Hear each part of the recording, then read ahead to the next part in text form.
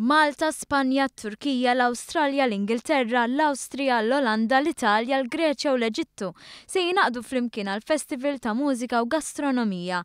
Dan permezz tal-attività nikkomunikaw bil-kulturi li se tittella fit-18 u 19 ta' Lulju f'Taxbiex, il-lokalità li fiha hemm l-ambaxxati tal-pajjiżi msemmija.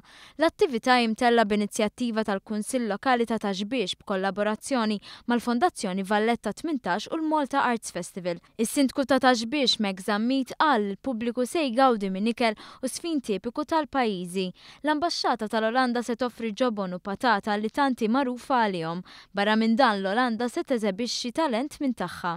We're flying the voyages over from the Netherlands actually, especially for this event. So Saturday evening at 11 o'clock they will be playing until 12 o'clock.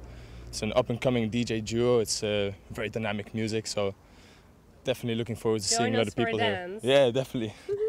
Ma tonqos il-ħelba tat-Tork fost ikel tipiku ieħor li anke tisma' biss dwaru jħajrek tinżel sa dan il-festival. We have the Turkish delights, lokum, I'm sure you know, and Maltese very like.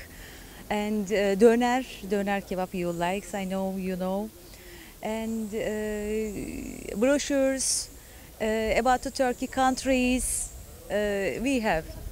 Iċ-Chairman tal-Fondazzjoni Valletta 18 Jason Mikallef qal li s-sem tal-Fondazzjoni juri li Fondazzjoni Valletta 18 ma tiqafx fil-belt Valletta biss.